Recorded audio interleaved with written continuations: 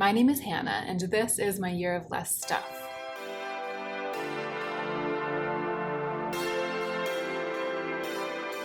Hey y'all, so it's Monday morning and this is the video that's going to go up tomorrow, I hope, Tuesday.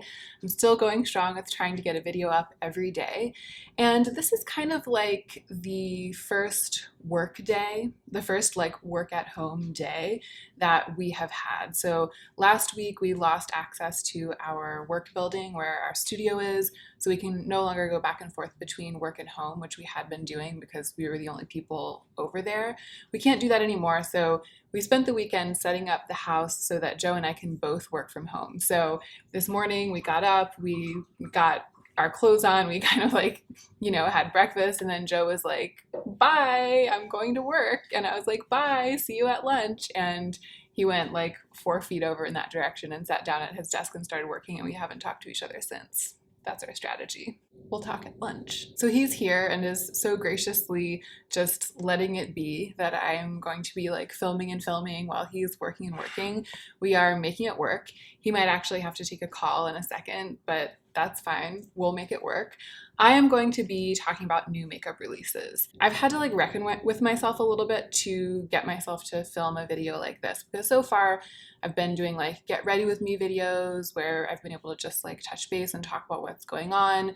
It's felt very like grounded in what's actually going on for the most part. And this to me feels like the most frivolous. It's like so much of what I'll be talking about, so much of the like judgment calls and questions and issues of like pricing and color and formula. So much of that stuff just matters like less than it has ever mattered before right now with the global pandemic that we're dealing with. But I feel like being connected to each other and having a little bit of a relief from the pressure of the day, for me by filming and editing the video, and for you guys by watching the video, and having like something that surrounds us momentarily and having just something that surrounds us momentarily with like a sense of normalcy, I feel like that actually matters more than ever. And that's the logic that I'm using to kind of like get myself in the headspace to do like a good old-fashioned video chatting about new releases, and that is what I'm going to proceed to do. This is mostly like just feelings about new releases. I've just picked a handful of things that I want to talk about. I don't buy that much makeup. I'm on a strict budget and I often end up using it for other things. But many of you know this, I did set aside a budget at the beginning of the year to spend on new releases that I specifically want to review. And there are a couple new releases coming up that are like in the running. There are some that I'm considering buying for review. So in a weird way, this is like a true will I buy it, because I'm talking about some new stuff and then I'm talking about some stuff that I'm kind of considering acquiring just for review purposes. So it's maybe like the most bona fide will I buy it video I've ever done. I usually film either anti-hauls or just chit chats about new releases, or like, do I want it in theory, even though we all know I'm not going to buy anything videos. Let's go ahead and get into the meat of this video.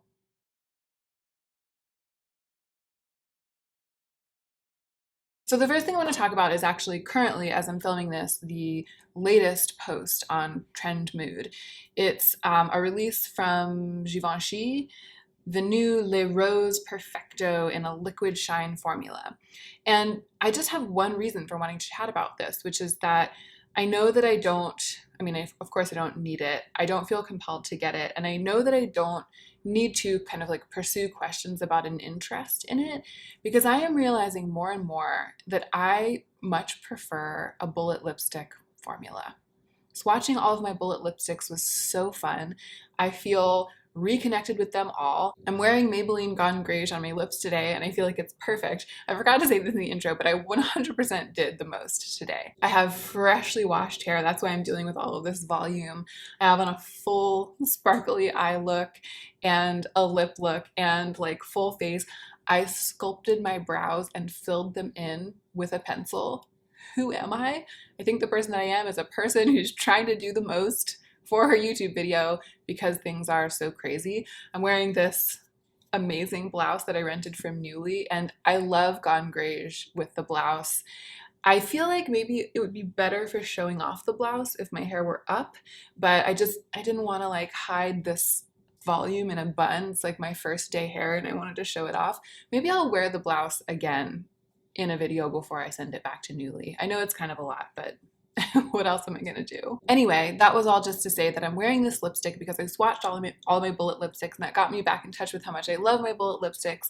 And for some reason, well, not for some reason, for the reason I'm about to disclose, I have been sort of putting off doing the other video, which is the one where I would lip swatch all of the other lip products that I have. The ones that are like this one from Givenchy, the ones where you dip a wand into a tube, so liquids of some kind. They're not liquid lipsticks. I don't really have any liquid lipsticks that dry down and stay, but I do have liquid style lips. And one of my favorite formulas, if not my favorite formula of all time, is in this style, which is the Infinite Lip Clouds from Emma Cosmetics. I love those things, but I'm learning that I just am less inclined to reach for them. I put them in the front of my vanity in their own little cup, and I still keep reaching for my bullets instead. So it's like that's just clicked for me. I've evolved enough to have a very strong preference, and then my awareness about myself has evolved enough that I've just recently realized that I would be doing myself a favor if I were to completely write off this style of lip product just going forward for the foreseeable future. Just be like, oh, that's not the style I like, and therefore I don't need to like pay that much attention to it. So it's like a case study in knowing yourself and then being able to resist things more easily and make smarter decisions. I felt like that was just a really good opportunity for talking about that. Let's talk about the Fenty Beauty glowy jelly stick thing. That's not what it's called. It's just what I'm calling it because it's what it looks like. It's in pearl. It's an iridescent pink, and I'm very curious about it.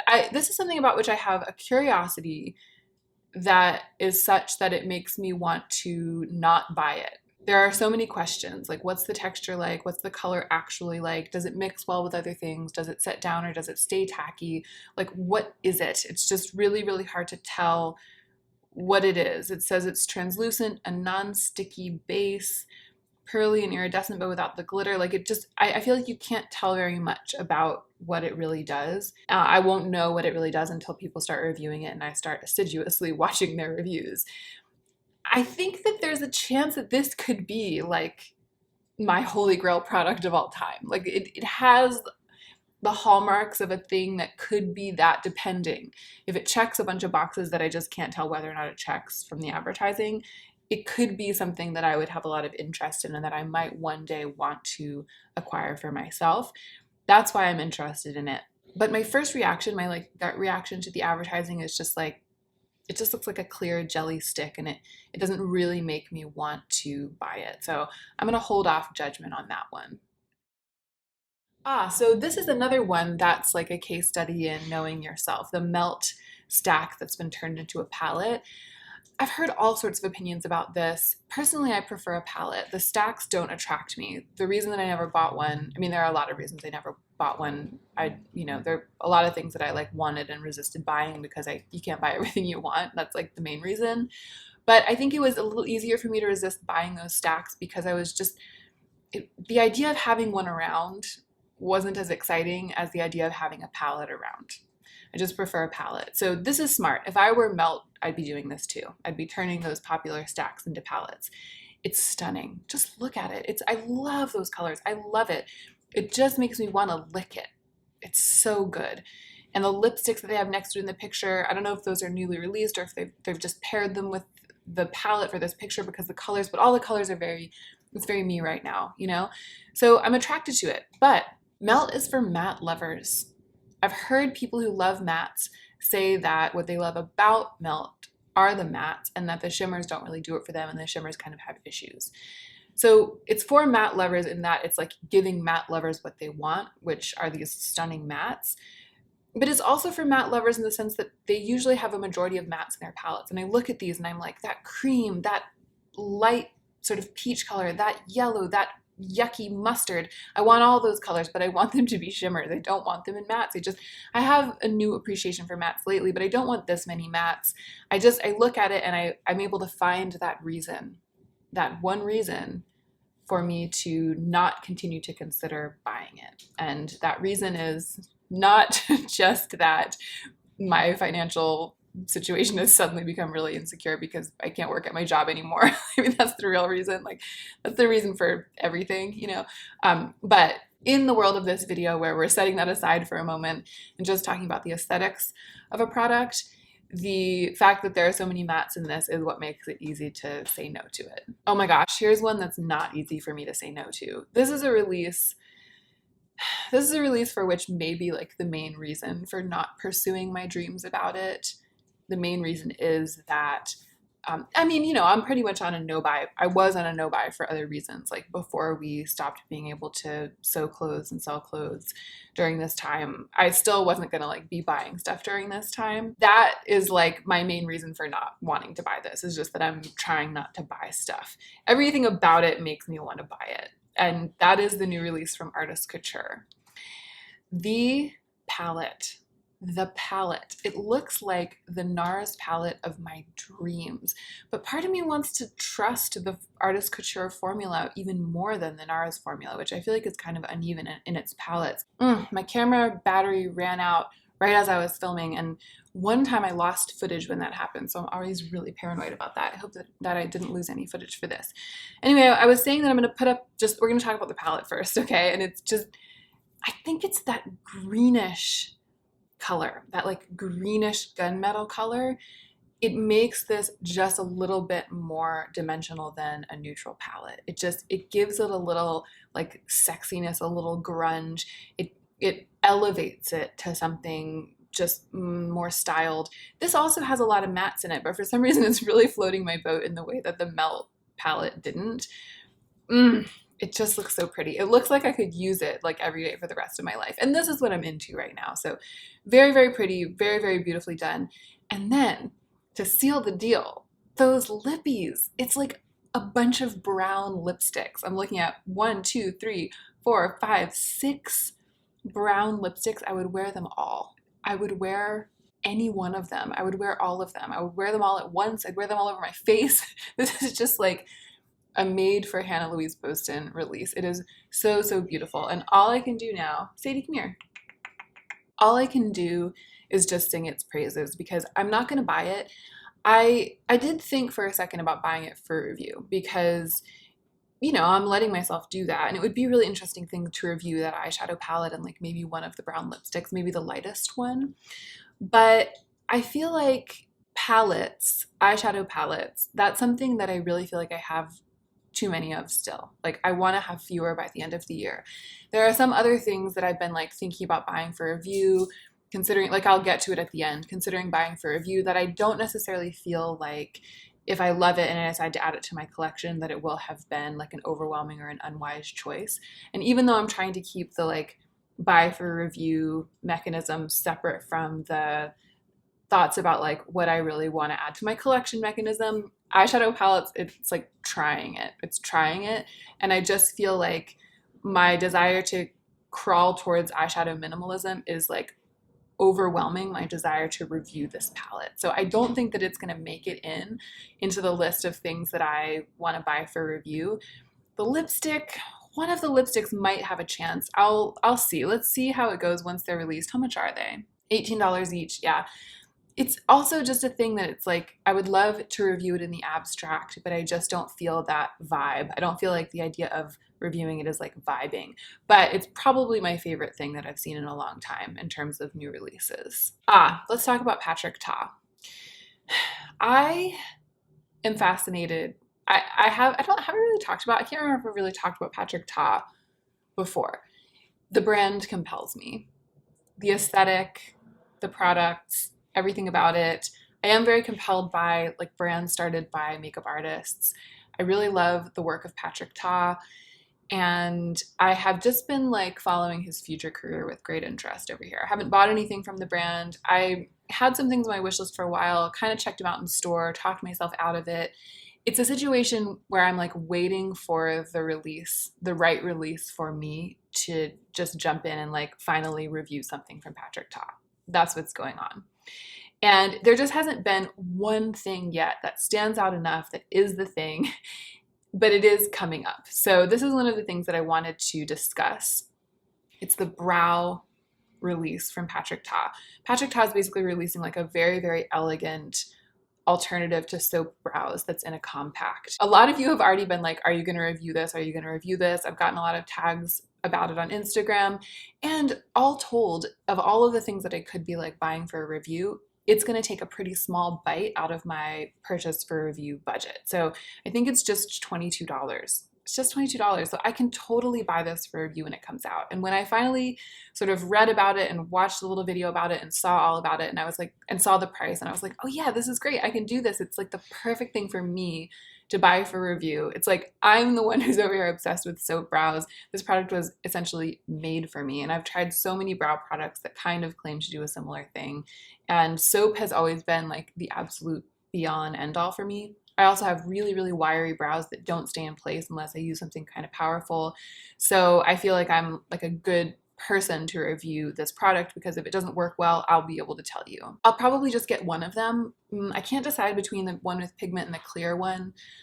Likely I'll just get the clear one. I kind of like being able to control whether I add pigment to my brows or not with a product like this. And I got all excited about it, and then it's not releasing until like the end of April. Like, what the butt? Patrick? I guess I'm not a person who like decides during the previews of a product to buy it very often. And so I'm not accustomed to like waiting a month after I realize that I want to buy a product for it to release. I feel like this has never happened to me before. And it's probably because I have never really seen like the preview of a product and then been like, oh yeah, I'm going to do that. I'm going to get it. Because as a consumer, I don't really behave like that. I've stopped behaving like that. And as a reviewer, I'm just tiptoeing into behaving like that a little bit this year. And so far I haven't done it with any brand new releases. I just like reviewed some stuff from Glossier that I had been interested in. And that's it so far, actually. When you see this, that'll be it so far. I am filming another review probably today that'll go up on my channel soon. It's just weird that it's like being previewed so early. Maybe they'll release it sooner just because everybody's like on the struggle bus. Maybe, Patrick? Anyway, looks dreamy, looks amazing. Let me know if you have an opinion about whether I should review the clear one or the one with pigment. Maybe by the time the end of April rolls around, I'll feel like I can afford to spend part of my review budget on getting both of them. That would be like actually a more full-on review, right? And I could like show the difference between the two, because that's one thing that I have a really hard time telling online in the videos and in the pictures. You just can't tell the difference between the two types of product. The one with pigment and the one without. You can't tell whether the models have the clear one or the pigmented one in their brows at any given time. And there's a little video of Patrick Ta and his friend both applying the product, and he has the clear one and she has the pigmented one, and their brows look like exactly the same. So I don't know, maybe that's what I'll do. Maybe that'll be like the service that I provide. It's like one on one eyebrow and one on the other. We'll see. I have a whole month to decide. Why did I want to talk about this? The Viseart, I clicked on the Viseart new palette to talk about. Oh, I remember. Because I have the same reason. I wanted to talk about this and the mauve palette from ColourPop, which I know is old news right now. And also, I just got an email from ColourPop saying that their distribution center is pretty much closed. I think that, like us, they don't have access to their shipping space during the shelter-in-place rules in California. So I think that ColourPop's orders are like all on hold. You can still place orders, the same as what we're doing with our online shop. You can still place orders, but they can't guarantee when they're going to be able to ship them. So this is like outdated news in 1,000 ways, but I thought that I could take the opportunity of having this ColourPop mauve, Making Mauves collection eyeshadow palette and this Petite Pro Choo Choo palette from Viseart, just to talk about how many palettes are completely ruled out for me instantly upon seeing them because of my singles. And it's interesting, the Petite Pro Choo Choo palette from Viseart is probably the one that's the most interesting to talk about with regards to this, because I don't think I have like a super bright pink matte like this. And I don't even know if I have like a bright pink shimmery matte like this. But when I look at the palette, I'm able to think, if I wanted to do a look like this, like the kind of look that I would make with this palette, I could do it with what I have. So it's not a question of whether I already own every single one of these shades. I'm basically just talking about duping the vibes. Like I could dupe the vibes of this palette on my eyes, and it would probably come out much, much better for me. Like it would probably have some duochromes in it. It would be multidimensional. It would have more shine. It would look more wet than any look that I would get with this, but I could still get in that pink moment and that feeling of warmth around the edges that is what you would get if you used this palette. So I'm just looking at this and I'm like, wow, it's pretty. It's a great release for Viseart because I feel like, have not, well, I guess that they always had those really bright colors in their, like their pro palettes, like the matte palettes. I just feel like this is a little bit more of a mainstream release for them. Like it's going to appeal to people who have been waiting for like their perfect Viseart palette. But for me, I took one look at it and I was like, I can dupe the vibes. And it's true 1000-fold for the ColourPop Making Mauves palette. Obviously it's very pretty, but I can dupe the vibes of that like in my sleep. Like I already did it. Like I did it last week, you know, upside down, doing yoga and making dinner at the same time and sleeping. I duped the vibes. Okay, the last thing I want to talk about is the other new release. It's like exactly like the Patrick Ta one in every way. I saw it and I was attracted to it. I got a ton of tags on it. And after some consideration, I decided that it would probably be a really good choice for me to try to review it pretty soon after it releases. And so I was excited that I had decided that I could spend a little bit of my review budget on it. And I was like, okay, let's see, when is it going to release? And it's like the end of April.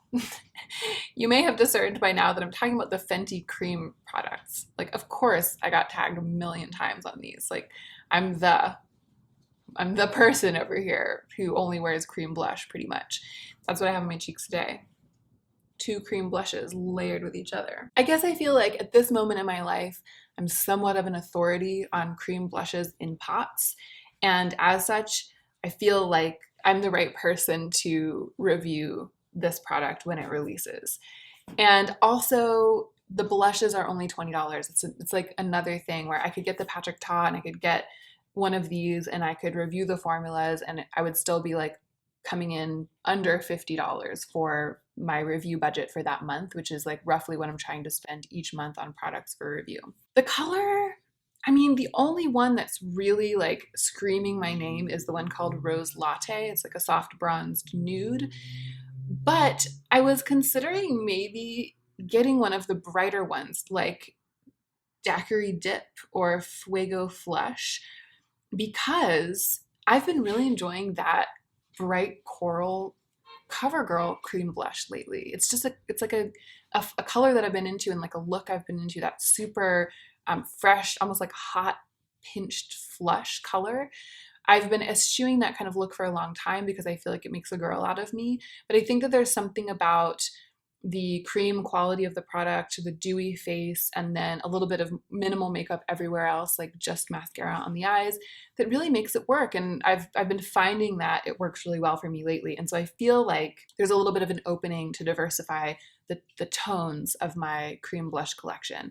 So Rose Latte it's my first instinct, but I'm also sort of considering Daiquiri Dip or Fuego Flush as my choice for this release if I actually do decide to go through with purchasing it and reviewing it when it actually releases a month from now. Once again, there's a lot of time to make the decision, and things could change between now and then. I may not decide to review it at all, but it is kind of on my list. It and the Patrick Ta are kind of on my list. Let me know if you would like be excited to see me review one or both of those things. And that is it. I just picked the things that interested me the most. Obviously, I didn't talk about all of the new releases. There are a bunch of things that I omitted. I feel like it was over kind of quickly, but I guess that's okay. I like just being able to be like, these are the things that have leapt out at me as being worthy of discussion right now. That in its own way is a kind of like talking about new releases, because I'm like just picking the things from the past week or so that have caught my attention. Everything else has just like gone way over my head or way under my radar or whatever you would say, with the exception, of course, with the glaring exception of the Samantha March collab with Ofra. That is 100% spot in the middle of my radar. Spot? That is 100% smack dab in the middle of my radar. And the only reason I'm not talking about it in this will I buy it video is because I already received it in PR and I already filmed with it twice, actually. I filmed like a blush draping video with it, and then in my get ready with me the very next day I filmed with the blush again because I just couldn't keep my hands off of it. But everything else, like rainbow palette from Morphe with different sizes of pans, MAC just never seems to grab me lately. Most of their packaging looks just like kind of dated and dull to me. I don't know. Tons of like exfoliating face products have been released lately. It just feels like the market is currently flooded with chemical exfoliants of various kinds. And I love chemical exfoliants. I love them. But I feel like you only need one. Like you only need one good one. It's something that you just want to consistently add to your routine. You know, every couple of nights or every other night, just keep your skin in a constant state of gentle chemical exfoliation, and then that's it. It's like taking a vitamin. It's not something that you need to like rush out and buy a whole array of. And I actually feel like if you're chemically exfoliating like in your cleanser and in your toner and in your creams and in your blah blah blah, like that wouldn't be good for your skin. So I feel like almost every new skincare release that's come out, I've kind of been like, wah, wah, wah, it's another chemical exfoliant. And I'm just not interested right now because I'm working hard to get through the ones that I have. So I went on that tirade about chemical exfoliant in response to seeing this Glow Skin Beauty Pro 5 exfoliant. That's a new release on Trend Mood right now. I feel like even the Good Molecules pineapple exfoliating powder, they just released an exfoliating powder, which I guess is more of like a powder to cream cleanser that gently exfoliates, but I already really love their overnight exfoliating treatment. That's like my overnight exfoliating treatment of choice. That's the one that I suggest. And I don't feel like I would necessarily want to use this pineapple exfoliating powder and then go exfoliating my skin with their overnight exfoliating treatment. So even though I'm a fan of this brand and I really like their exfoliating product, it's just too much.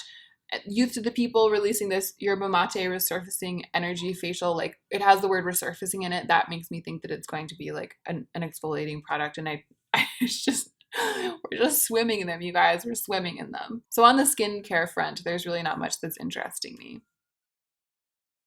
Oh, I remember there was another thing. I knew that there was something that I had skipped. Let me talk about this and then we'll let this be like the last thing. So I started talking about my interest in Patrick Ta and the fact that I really like his work and that I finally found the product that I think I'm going to want to review from his brand.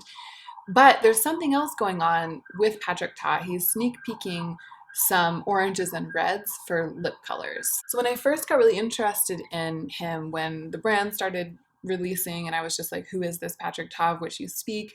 I started looking on his Instagram, and every time I check in, every couple of pictures, there's a model with like flame orange lips, like that stunning, just stamped on statement lip in a really gorgeous, like bright flame orange that I love, or a flame orangey red. Like he really knows how to incorporate a bright lip. But then when I looked at his line online, the makeup he's released so far, there weren't any oranges or reds. It was like all nudes and pinky nudes. So I've been wondering if this was going to come, and it is coming. And that's another thing that makes me really interested in the brand and sort of like consider testing something out for the brand, because I feel like it's a situation where he's a makeup artist and he has been rocking this kind of aesthetic, this flame orange lip or this bright orange lip, as one of his signature moves when he's doing makeup on celebrities. He's been doing that for a long time. So he knows what works. He understands the undertones. He understands this statement. He understands this particular aesthetic choice really well. I feel like I trust him more than almost anyone to develop the perfect product that does that thing. So that's why I'm compelled by it. I'm going to put up the picture that was on Trend Mood. It looks like sort of a lab sample-y, sneak peeky type of picture, and it just makes me want to keep like a double eye on Patrick Ta. One, to see if they happen to release the brow product like anytime soon, if they push up the date, and then two, to find out when they release the new shades of his lip products, the shades that are in these brighter colors. So that's the other thing that I wanted to touch base on. That's like maybe the most exciting thing for me, just as like a viewer, as someone who watches new releases like a spectator sport. Even if I don't end up buying any Patrick Ta lip products when they release, as a spectator sports fan of makeup new releases, I'm like, oh my gosh, I can't wait for that game to air, because I just want to like see how it goes. That is it. That is it for talking about new makeup releases, talking about what I might want to review, and what is standing out to me as being distinctive over the past couple of weeks. And also talking about products that have stood out to me because the release of them is the perfect occasion on which to talk about strategies that I use for easily deciding not to buy things. I've like identified the product that it's really easy for me to to not want to buy. And I feel like talking through that process is helpful. Thank you so much for watching this one, you guys. I hope that it was useful in some way. At the very least, I hope that it was entertaining and like gave you a little break from what all is going on over there with you. Stay safe, and don't forget to take extra good care of yourself so that you can be the most effective version of yourself as you do your work in the world.